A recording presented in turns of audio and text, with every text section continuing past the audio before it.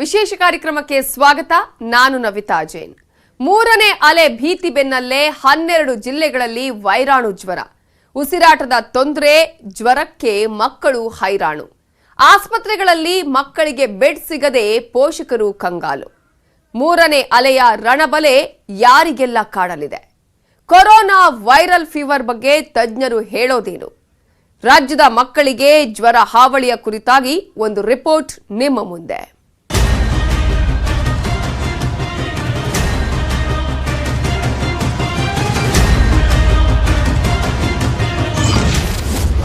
ಮೂರನೇ ಅಲೆ ಭೀತಿ ಬೆನ್ನಲ್ಲೇ 12 ಜಿಲ್ಲೆಗಳಲ್ಲಿ ವೈರಾಣು ಜ್ವರ. ಇವರೆಲ್ಲರಿಗೂ ಕೂಡ RT-PCR ಕೋವಿಡ್ ನೆಗೆಟಿವ್ ಅಂತ ಬಂದಿದೆ. ಹಾಗಾಗಿ ಬೇರೆ ವೈರಾಣು ಇರ್ಬೋದು, ಬೇರೆ ಕಾಯಿಲೆ ಇರ್ಬೋದು ಅಂತ ನಾವು 10 ಸ್ಯಾಂಪಲನ್ನು ಹೊಸದುರ್ಗದಿಂದ ಕಳಿಸಿದ್ವಿ. ಅದು ಹಿಂದರಿಕೆ ಯಾಕೆ ಬರ್ತಾ ಇದೆ ಅಂತ, ಎಲ್ಲಿ ನಾವು ಪಾಸಿಟಿವ್ ಬಂದರೆ ಮಕ್ಕಳನ್ನ ಸಪರೇಟ್ ಇಡ್ತಾರೆ ಅನ್ನೋಂಥ ಆ ಅನುಭವ.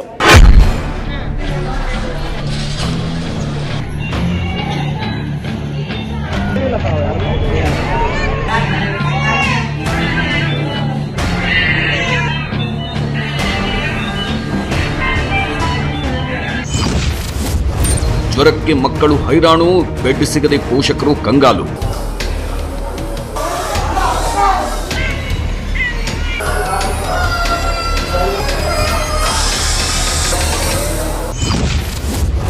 ಮೂರನೇ ಅಲೆಯ ರಣಬಲೆ ಯಾರಿಗೆಲ್ಲ ಕಾಡಲಿದೆ? ಸುಮಾರು 73 ಪೀಡಿಯಾಟ್ರಿಕ್ ಏಜ್ ಗ್ರೂಪ್ ಅಲ್ಲಿ ಕೋವಿಡ್ ಇರತಕ್ಕಂಥದ್ದು ದೃಢಪಟ್ಟಿದೆ. ಸೆಪ್ಟೆಂಬರ್ 15 ಡೇಸ್ ಅಲ್ಲಿ ಒಂದು ಪ್ರಕರಣ ಕಂಡು ಬಂದಿದೆ. ಅದನ್ನು 0 to 10 years ಲೆಕ್ಕದಲ್ಲಿ ಬಂದಿದೆ. ಕೋವಿಡ್ ಮೂರನೇ ಅಲೆಗೆ ಸುಮಾರು 750 ನಾವು ಬೆಡ್ ಸ್ಟ್ರೆಂತ್ ಅನ್ನ ನಾವು ಈಗಾಗಲೇ ತಯಾರಿಯನ್ನ ನಾವು ಮಾಡಿಕೊಂಡಿದ್ದೇವೆ.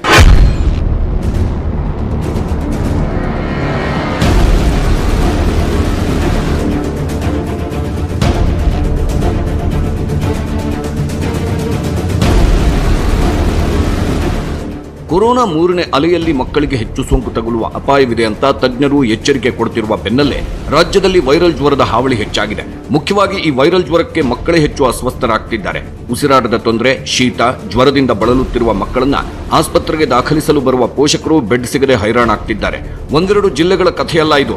ರಾಜ್ಯದ 12 ಜಿಲ್ಲೆಗಳಲ್ಲಿ ಈಗ ವೈರಾಣು ಜ್ವರದ ಹಾವಳಿ ಹೆಚ್ಚಾಗಿದ್ದು ಆತಂಕ ಮೂಡಿಸಿದೆ. ಕೊರೋನಾ ಲಕ್ಷಣದಂತೆಯೇ ವೈರಾಣು ಫೀವರ್ ಲಕ್ಷಣವೂ ಇರೋದ್ರಿಂದ ಮಕ್ಕಳ ಅನಾರೋಗ್ಯ ಈಗ ಪೋಷಕರ ನಿದ್ದೆಗೆಡಿಸಿದೆ.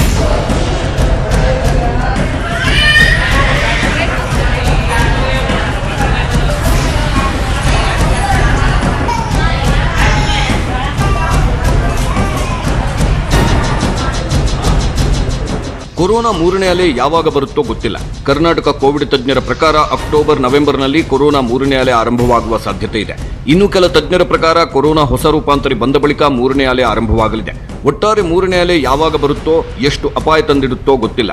ಆದರೆ ಮೂರನೇ ಅಲೆ ಆರಂಭವಾಗುವ ಟೈಮ್ಗೆ ಬಹುತೇಕ ವಯಸ್ಕರು ಕೊರೋನಾ ಲಸಿಕೆ ಪಡೆದಿರುವ ಕಾರಣ ಆ ಟೈಮ್ನಲ್ಲಿ ಮಕ್ಕಳೇ ಹೆಚ್ಚು ಸೋಂಕಿಗೆ ತುತ್ತಾಗುವ ಸಾಧ್ಯತೆ ಇದೆ ಅನ್ನೋ ಅಭಿಪ್ರಾಯವಿದೆ. ಹೀಗಾಗಿ ಮೂರನೇ ಅಲೆಯಲ್ಲಿ ಮಕ್ಕಳ ಸೋಂಕಿನ ಪ್ರಮಾಣ 7 ಪಟ್ಟು ಹೆಚ್ಚಾಗಬಹುದು ಅಂತಾನೂ ತಜ್ಞರು ಎಚ್ಚರಿಸಿದ್ದಾರೆ. ಆದರೆ ಈ ಎಲ್ಲ ಎಚ್ಚರಿಕೆ ಬೆನ್ನಲ್ಲೇ ಈಗ ವೈರಾಣು ಜ್ವರ ಮಕ್ಕಳನ್ನ ಹೈರಾಣಾಗಿಸಿದೆ.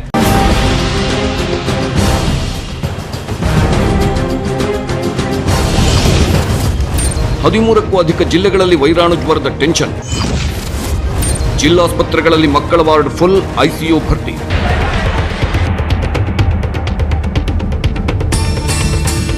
ಒಂದೆರಡು ಜಿಲ್ಲೆಯಲ್ಲ, ಸುಮಾರು 13ಕ್ಕೂ ಹೆಚ್ಚು ಜಿಲ್ಲೆಗಳಲ್ಲಿ ವೈರಲ್ ಜ್ವರದ ಹಾವಳಿ ಹೆಚ್ಚಾಗಿದೆ. ಬಳ್ಳಾರಿ, ಯಾದಗಿರಿ, ಚಿಕ್ಕಬಳ್ಳಾಪುರ, ಚಿತ್ರದುರ್ಗ, ರಾಯಚೂರು, ಬೀದರ್, ರಾಮನಗರ, ಬೆಳಗಾವಿ, ವಿಜಯಪುರ, ಕಲಬುರಗಿ, ಬಾಗಲಕೋಟೆ, ಕೊಪ್ಪಳ ಹೀಗೆ ಹಲವು ಜಿಲ್ಲೆಗಳಲ್ಲಿ ಈಗ ವೈದ್ಯರ ಬಳಿ ಅನಾರೋಗ್ಯದಿಂದ ಬರುವ ಮಕ್ಕಳ ಸಂಖ್ಯೆ ಹೆಚ್ಚಾಗಿದೆ. ಕೆಲ ಜಿಲ್ಲೆಗಳಲ್ಲಿ ಮಕ್ಕಳ ದಾಖಲಾತಿಗೆ ಬೆಡ್ಗಳೇ ಸಿಗುತ್ತಿಲ್ಲ. ಹಾಗಾದ್ರೆ ಈ ವೈರಲ್ ಜ್ವರ ಈಗ ಹೆಚ್ಚಾಗ್ತಿರೋದು ಯಾಕೆ? ಮಕ್ಕಳೇ ಈ ಜ್ವರಕ್ಕೆ ಟಾರ್ಗೆಟ್ ಆಗ್ತಿರೋದು ಯಾಕೆ? ವೈರಲ್ ಜ್ವರದಿಂದ ಮಕ್ಕಳನ್ನ ರಕ್ಷಣೆ ಮಾಡೋದು ಹೇಗೆ? ಇವೆಲ್ಲ ಪ್ರಶ್ನೆಗೂ ಉತ್ತರ ಕೊಡ್ತೀವಿ. ಆದರೆ ಅದಕ್ಕೂ ಮೊದಲು ಯಾವ್ಯಾವ ಜಿಲ್ಲೆಯಲ್ಲಿ ವೈರಲ್ ಫೀವರ್ ಭೀಕರತೆ ಎಷ್ಟಿದೆ ಅನ್ನೋದರ ಮಾಹಿತಿಯನ್ನ ನಿಮ್ಮ ಮುಂದೆ ಇಡ್ತಾ ಇದ್ದೀವಿ ನೋಡಿ.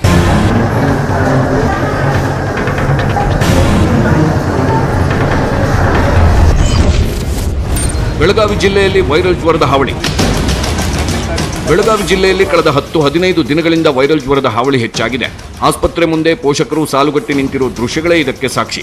ಕೊರೋನಾ ರೋಗದ ಲಕ್ಷಣದಂತೆ ವೈರಲ್ ಜ್ವರದ ಲಕ್ಷಣವೂ ಇರೋದ್ರಿಂದ ಆಸ್ಪತ್ರೆಗೆ ಬರುವ ಮಕ್ಕಳನ್ನ ಕೋವಿಡ್ ಪರೀಕ್ಷೆಗೂ ಒಳಪಡಿಸಲಾಗ್ತಿದೆ. ಆದರೆ ಮಕ್ಕಳನ್ನ ಕೋವಿಡ್ ಟೆಸ್ಟ್ಗೆ ಒಳಪಡಿಸಲು ಪೋಷಕರು ಹಿಂದೇಟು ಹಾಕ್ತಿದ್ದಾರೆ.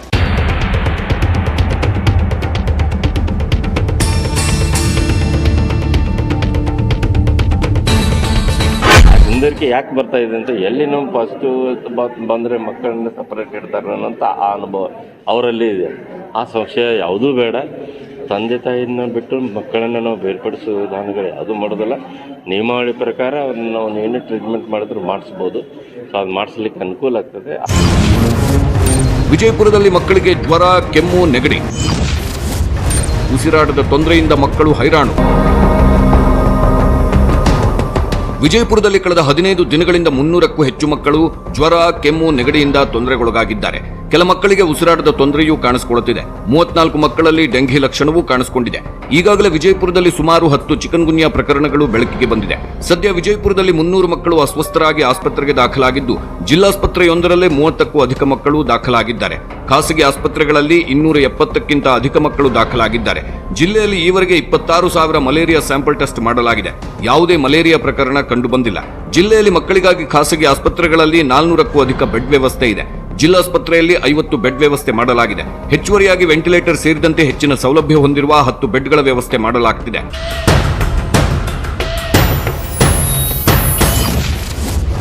ತುಮಕೂರಲ್ಲಿ ವೈರಲ್ ಜ್ವರ ಪ್ಲಸ್ ಕೊರೋನಾ ಟೆನ್ಷನ್. 10 ದಿನಗಳಲ್ಲಿ 73 ವಿದ್ಯಾರ್ಥಿಗಳಿಗೆ ಕೋವಿಡ್ ದೃಢ. ತುಮಕೂರಲ್ಲಿ ಒಂದು ಕಡೆ ವೈರಲ್ ಜ್ವರ, ಮತ್ತೊಂದು ಕಡೆ ಕೊರೋನಾ ಸೋಂಕು ಮಕ್ಕಳನ್ನ ಕಾಡುತ್ತಿದೆ. ಈಗಾಗಲೇ ಕಳೆದ 10 ದಿನದಲ್ಲಿ ತುಮಕೂರಿನ 73 ವಿದ್ಯಾರ್ಥಿಗಳಿಗೆ ಕೋವಿಡ್ ಸೋಂಕು ತಗುಲಿದೆ. ಆದರೆ ಯಾವ ಮಕ್ಕಳಿಗೂ ಗಂಭೀರ ಲಕ್ಷಣಗಳಿಲ್ಲ. ಸೋಂಕಿತರಿಗೆ ಮನೆಯಲ್ಲಿಯೇ ಚಿಕಿತ್ಸೆ ನೀಡಲಾಗ್ತಿದೆ. ಆದರೆ ಮಕ್ಕಳಿಗೆ ಹೆಚ್ಚು ಸೋಂಕು ಹರಡುತ್ತಿರುವುದು ಪೋಷಕರನ್ನ ಮಾತ್ರ ಆತಂಕಕ್ಕೆ ದೂಡಿದೆ.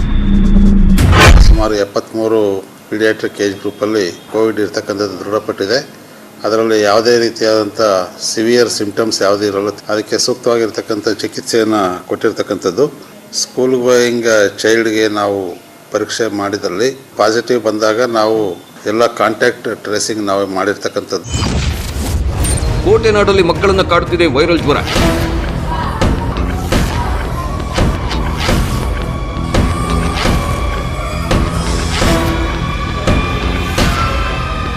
ಕೆಮ್ಮು, ಶೀತ, ಜ್ವರ, ಉಸಿರಾಟದ ತೊಂದರೆಯಿಂದ ಬಳಲುತ್ತಿರುವ ಮಕ್ಕಳ ಸಂಖ್ಯೆ ಚಿತ್ರದುರ್ಗದಲ್ಲೂ ಹೆಚ್ಚಾಗ್ತಿದೆ. ಹೀಗೆ ಅನಾರೋಗ್ಯಕ್ಕೀಡಾಗುವ ಎಲ್ಲಾ ಮಕ್ಕಳಿಗೂ ಕೊರೋನಾ ಟೆಸ್ಟ್ ಮಾಡಿಸಲಾಗ್ತಿದೆ. ಆದರೆ ಈ ಮಕ್ಕಳಲ್ಲಿ ಕೊರೋನಾ ಸೋಂಕು ಪತ್ತೆಯಾಗಿಲ್ಲ. ಆದರೂ ಈ ರೋಗ ಲಕ್ಷಣಗಳು ಮಕ್ಕಳನ್ನ 1 ವಾರಕ್ಕೂ ಹೆಚ್ಚು ಸಮಯ ಕಾಡುತ್ತಿರೋದ್ರಿಂದ ಆಸ್ಪತ್ರೆಗೆ ದಾಖಲಾಗುವ ಮಕ್ಕಳ ಸಂಖ್ಯೆ ಹೆಚ್ಚಳವಾಗ್ತಿದೆ. ಚಿತ್ರದುರ್ಗದ ಗಡಿ ತಾಲೂಕುಗಳಾದ ಚಳ್ಳಕೆರೆ, ಮೊಳಕಾಲ್ಮೂರುಗಳಲ್ಲಿ ಮಕ್ಕಳು ಹೆಚ್ಚು ಅನಾರೋಗ್ಯಕ್ಕೀಡಾಗುತ್ತಿದ್ದಾರೆ. ಹೆಚ್ಚೆಚ್ಚು ಮಕ್ಕಳಿಗೆ ಅನಾರೋಗ್ಯ ಸಮಸ್ಯೆ ಕಾಡುತ್ತಿರೋದ್ರಿಂದ ಚಿತ್ರದುರ್ಗದ ಜಿಲ್ಲಾಸ್ಪತ್ರೆಗಳಲ್ಲಿ ಮಕ್ಕಳ ಬೆಡ್ ಕೊರತೆ ಉಂಟಾಗ್ತಿದೆ. ಪ್ರತಿದಿನ ಸರಾಸರಿ 10 ಮಕ್ಕಳು ದಾಖಲಾಗ್ತಿರೋದ್ರಿಂದ ಮಕ್ಕಳಿಗೆ ಬೆಡ್ ಪೂರೈಸುವುದೇ ಸವಾಲಾಗಿದೆ. ಬೆಡ್ ಕೊರತೆಯಿಂದ ನೆಲದ ಮೇಲೆ ಬೆಡ್ ಹಾಕಿ ಮಕ್ಕಳಿಗೆ ಚಿಕಿತ್ಸೆ ನೀಡುವ ವ್ಯವಸ್ಥೆ ಮಾಡಲಾಗ್ತಿದೆ.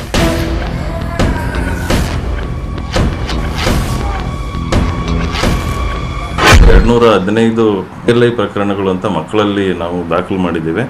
ಅದರಲ್ಲಿ 205 ಪ್ರಕರಣಗಳು ಜಿಲ್ಲಾಸ್ಪತ್ರೆಯಲ್ಲಿ ಮತ್ತು 15 ಪ್ರಕರಣಗಳು ಪ್ರತ್ಯೇಕವಾಗಿ ಹೊಸದುರ್ಗ ತಾಲೂಕು ಮಟ್ಟದ ಆಸ್ಪತ್ರೆಯಲ್ಲಿ ನಾವು ದಾಖಲು ಮಾಡಿ ಚಿಕಿತ್ಸೆ ಮಾಡಿದ್ದೀವಿ.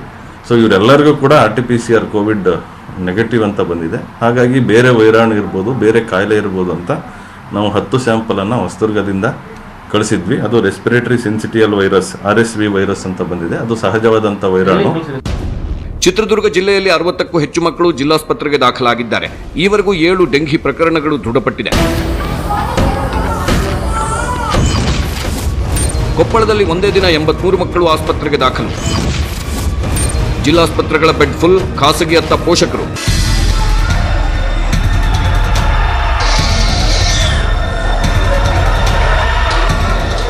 ಕೊಪ್ಪಳದಲ್ಲೂ ನೆಗಡಿ, ಕೆಮ್ಮು, ಜ್ವರದಿಂದ ಬಳಲುತ್ತಿರುವ ಮಕ್ಕಳ ಸಂಖ್ಯೆ ಹೆಚ್ಚಾಗ್ತಿದೆ. ಕೆಲ ಮಕ್ಕಳಿಗೆ ಉಸಿರಾಟದ ಸಮಸ್ಯೆಯೂ ಕಾಡುತ್ತಿದೆ. ಈಗಾಗಲೇ ಅಧಿಕ ಮಕ್ಕಳು ಅಸ್ವಸ್ಥರಾಗಿರೋದ್ರಿಂದ ಜಿಲ್ಲಾಸ್ಪತ್ರೆಯ ಮಕ್ಕಳ ಬೆಡ್ಗಳೆಲ್ಲ ಭರ್ತಿಯಾಗಿವೆ. ಹೀಗಾಗಿ ಬೇರೆ ದಾರಿಯಿಲ್ಲದೆ ಮಕ್ಕಳನ್ನ ಖಾಸಗಿ ಆಸ್ಪತ್ರೆಗೆ ದಾಖಲಿಸುತ್ತಿದ್ದಾರೆ ಪೋಷಕರು. ಆದ್ರೀಗ ಖಾಸಗಿ ಆಸ್ಪತ್ರೆಗಳಲ್ಲೂ ಬೆಡ್ ಫುಲ್ ಎಂಬ ಬೋರ್ಡ್ ನೇತಾಡ್ತಿವೆ. ಹವಾಮಾನ ವೈಪರೀತ್ಯದ ಕಾರಣ ಮಕ್ಕಳು ವೈರಲ್ ಜ್ವರಕ್ಕೆ ತುತ್ತಾಗ್ತಿದ್ದಾರೆ. ಪೋಷಕರು ಆತಂಕ ಪಡುವ ಅಗತ್ಯವಿಲ್ಲ ಅಂತ ಕೊಪ್ಪಳದ ಆರೋಗ್ಯಾಧಿಕಾರಿ ಮಾಹಿತಿ ನೀಡಿದ್ದಾರೆ. ಹುಬ್ಬಳ್ಳಿಯ ಮಕ್ಕಳಲ್ಲಿ ಜ್ವರ, ಶೀತ, ಕೆಮ್ಮು ಹೆಚ್ಚಳ.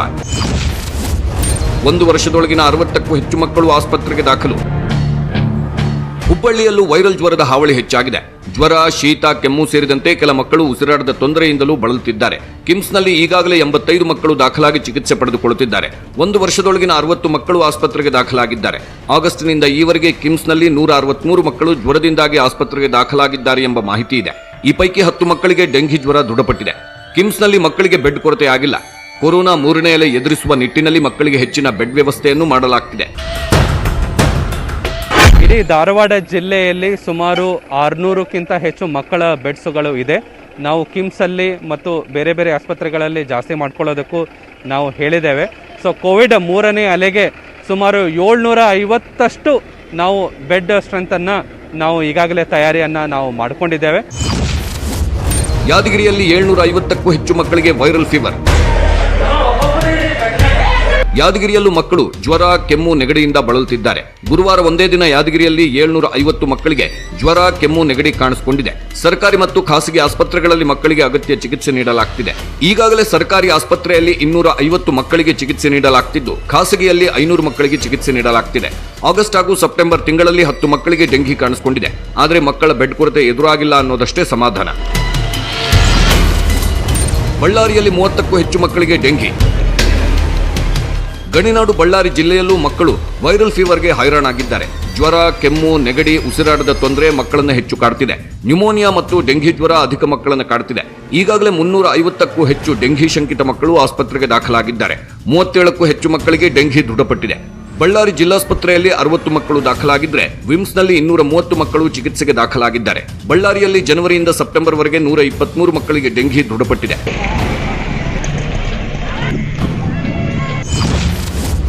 ಗದಗ, ಚಿಕ್ಕಬಳ್ಳಾಪುರ, ಧಾರವಾಡದಲ್ಲಿ ವೈರಲ್ ಜ್ವರ. ಕೋಲಾರದ ಜಿಲ್ಲಾಸ್ಪತ್ರೆಯಲ್ಲಿ ಮಕ್ಕಳಿಗೆ ಬೆಡ್ ಕೊರತೆ. ಬಾಗಲಕೋಟೆ, ದಾವಣಗೆರೆಯಲ್ಲಿ 100 ಮಕ್ಕಳು ಅಸ್ವಸ್ಥ. ಗದಗದಲ್ಲೂ ವೈರಲ್ ಜ್ವರಕ್ಕೆ 327ಕ್ಕೂ ಹೆಚ್ಚು ಮಕ್ಕಳು ಅಸ್ವಸ್ಥರಾಗಿದ್ದು, ಇದುವರೆಗೂ ಖಾಸಗಿ ಮತ್ತು ಸರ್ಕಾರಿ ಆಸ್ಪತ್ರೆಗಳಲ್ಲಿ 174 ಮಕ್ಕಳು ದಾಖಲಾಗಿದ್ದಾರೆ. ಇದುವರೆಗೂ ಮಕ್ಕಳಲ್ಲಿ 21 ಡೆಂಘಿ ಪ್ರಕರಣ ಕಂಡುಬಂದಿದ್ದು, ಪೋಷಕರು ಆತಂಕಕ್ಕೊಳಗಾಗಿದ್ದಾರೆ. ಇನ್ನು ಈ ಕಡೆ ಚಿಕ್ಕಬಳ್ಳಾಪುರದಲ್ಲೂ ಅನೇಕ ಮಕ್ಕಳು ವೈರಲ್ ಫೀವರ್ಗೆ ತುತ್ತಾಗಿದ್ದಾರೆ. ಧಾರವಾಡದಲ್ಲಿ 200ಕ್ಕೂ ಹೆಚ್ಚು ಮಕ್ಕಳು ವೈರಲ್ ಫೀವರ್ನಿಂದ ಬಳಲುತ್ತಿದ್ದು, ಸರ್ಕಾರಿ ಆಸ್ಪತ್ರೆಯಲ್ಲಿ ಸದ್ಯಕ್ಕೆ 45 ಮಕ್ಕಳಿಗೆ ಚಿಕಿತ್ಸೆ ನೀಡಲಾಗ್ತಿದೆ. ಕೋಲಾರದಲ್ಲೂ 110 ಮಕ್ಕಳಿಗೆ ವೈರಲ್ ಫೀವರ್ ಬಾಧೆ ಎದುರಾಗಿದೆ. ಕೋಲಾರ ಜಿಲ್ಲೆಯಲ್ಲಿ ಇದುವರೆಗೂ 90 ಮಕ್ಕಳು ಆಸ್ಪತ್ರೆಗೆ ದಾಖಲಾಗಿದ್ದಾರೆ. ಈ ಪೈಕಿ 8 ಮಕ್ಕಳಿಗೆ ಉಸಿರಾಟದ ಸಮಸ್ಯೆ ಕಾಣಿಸಿಕೊಂಡಿದೆ. ಕೋಲಾರ ಜಿಲ್ಲಾಸ್ಪತ್ರೆಯಲ್ಲೂ ಬೆಡ್ ಸಮಸ್ಯೆ ಎದುರಾಗಿರುವ ಮಾಹಿತಿ ಇದೆ. ಜಿಲ್ಲಾಸ್ಪತ್ರೆಯಲ್ಲಿ 48 ಬೆಡ್ಗಳಿದ್ದು 60 ಮಂದಿಯನ್ನು ದಾಖಲು ಮಾಡಿ ಚಿಕಿತ್ಸೆ ನೀಡಲಾಗ್ತಿದೆ. ಬಾಗಲಕೋಟೆಯಲ್ಲೂ ಮಕ್ಕಳಿಗೆ ವೈರಲ್ ಜ್ವರ, ಡೆಂಘಿ ಸೇರಿದಂತೆ ಹಲವು ಅನಾರೋಗ್ಯ ಸಮಸ್ಯೆಗಳು ಕಾಡ್ತಿವೆ. ಆಸ್ಪತ್ರೆಗಳಲ್ಲಿ ಬೆಡ್ ಸಿಗದಷ್ಟು ಮಕ್ಕಳ ದಾಖಲಾತಿ ಹೆಚ್ಚಾಗ್ತಿದೆ. ಇನ್ನು ದಾವಣಗೆರೆಯಲ್ಲೂ ಇದೇ ಸ್ಥಿತಿ ಏರ್ಪಟ್ಟಿದೆ. ಹೀಗೆ ಮಕ್ಕಳು ಅನಾರೋಗ್ಯಕ್ಕೀಡಾಗ್ತಿರೋದಕ್ಕೆ ವೈರಲ್ ಫೀವರ್, ರೆಸ್ಪಿರೇಟರಿ ವೈರಸ್ ಸಮಸ್ಯೆ ಕಾರಣ ಅಂತಿದ್ದಾರೆ ವೈದ್ಯರು. ಹೀಗೆ ರಾಜ್ಯದ 13ಕ್ಕೂ ಹೆಚ್ಚು ಜಿಲ್ಲೆಗಳಲ್ಲಿ ವೈರಲ್ ಜ್ವರ, ಡೆಂಘಿ ಹಾವಳಿ ಹೆಚ್ಚಾಗಿದೆ.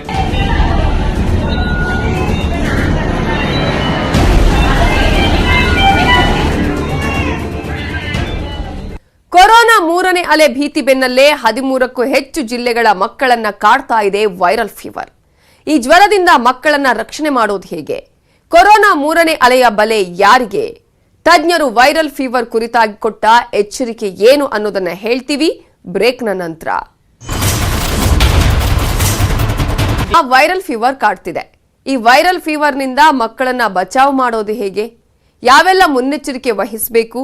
ಮಕ್ಕಳ ತಜ್ಞರೇ ಕೊಟ್ಟಿರುವ ಆ ಸಲಹೆ ಸೂಚನೆಗಳನ್ನ ನಿಮ್ಮ ಮುಂದಿಡ್ತಾ ಇದ್ದೀವಿ ನೋಡಿ.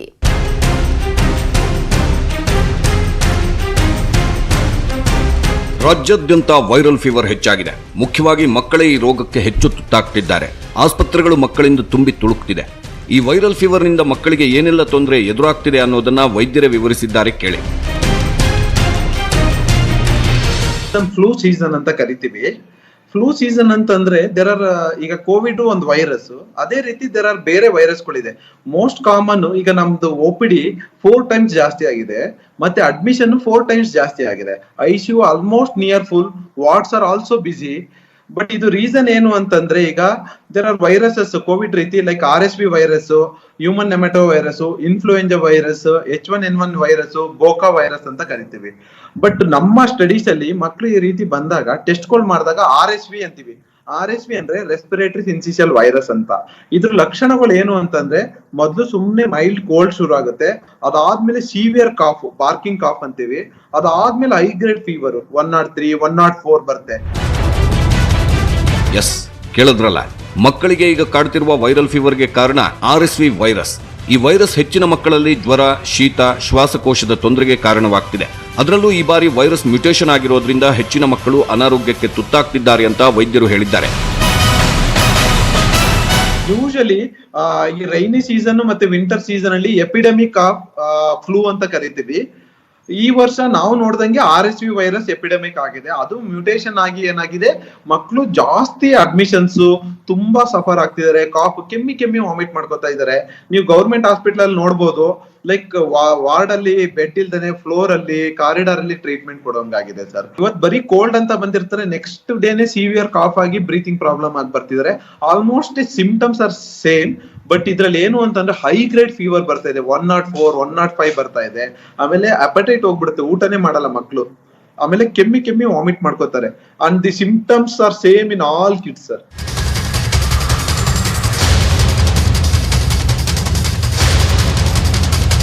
ಸಾಮಾನ್ಯವಾಗಿ ವೈರಲ್ ಫೀವರ್ಗೆ ಕಾರಣ ಇಂಥದ್ದೇ ಅನ್ನೋದು ಏನೂ ಇಲ್ಲ. ಇನ್ನೂ ಅಪೌಷ್ಟಿಕತೆಯಿಂದ ಬಳಲುತ್ತಿರುವ ಮಕ್ಕಳಿಗೆ ಮಾತ್ರ ಈ ತೊಂದರೆಯೂ ಕಾಣಿಸ್ತಿಲ್ಲ. ಎಲ್ಲಾ ಮಕ್ಕಳನ್ನು ಕಾಡ್ತಿದೆ ಈ ವೈರಲ್ ಜ್ವರ. ಹಾಗಾಗಿ ಪೋಷಕರು ಎಚ್ಚೆತ್ತುಕೊಳ್ಳಬೇಕಾಗಿದೆ. ವಾರ್ಮ್ ವಾಟರ್ ಕೊಡಬೇಕು, ಫ್ರೂಟ್ಸ್, ವೆಜಿಟೇಬಲ್ಸ್. ಈ ಟೈಮ್ ಅಲ್ಲಿ ಹೊರಗಡೆ ಜ್ಯೂಸಸ್ ಮತ್ತೆ ಐಸ್ ಕ್ರೀಮು, ಹೊರಗಡೆ ಫುಡ್ ನ ಅವಾಯ್ಡ್ ಮಾಡ್ಬೇಕು ಸರ್. ಇದೇ ಮೇನ್. ಮೋಸ್ಟ್ ಆಫ್ ದಮ್ ಏನ್ ಮಾಡ್ತಾರೆ, ರೆಸ್ಟೋರೆಂಟ್ ಹೋಗ್ತಾರಲ್ಲ, ಐಸ್ ಕ್ರೀಮು, ಜ್ಯೂಸು ಆ ಕ್ರೌಡ್ ಇಂದಲೇ ಬರ್ತಾ ಇದೆ ಜನರಲಿ. ಆಮೇಲೆ ಟ್ರಾವೆಲ್ ಟು ದಿ ಟೆಂಪಲ್ಸ್, ಹಿಂಗೆಲ್ಲ ಟ್ರಾವೆಲ್ ಮಾಡ್ತಾರಲ್ಲ, those are the most commonest cause. ವೈದ್ಯರು ಹೇಳಿದಂತೆ ಈ ಎಲ್ಲವುಗಳನ್ನ ಅವಾಯ್ಡ್ ಮಾಡಿದ್ರೆ ಮಕ್ಕಳನ್ನ ವೈರಲ್ ಫೀವರ್ ನಿಂದ ರಕ್ಷಿಸಬಹುದು. ಇನ್ನು ಪೋಷಕರು ಮಕ್ಕಳಿಗೆ ಜ್ವರ ಕಾಣಿಸಿಕೊಂಡ ತಕ್ಷಣ ವೈದ್ಯರನ್ನ ಕಾಣಬೇಕು. ಇಲ್ಲಾಂದ್ರೆ ಮಕ್ಕಳು ಇನ್ನಷ್ಟು ಅಸ್ವಸ್ಥರಾಗುವ ಸಾಧ್ಯತೆ ಇದೆ ಅಂತಾರೆ ವೈದ್ಯರು.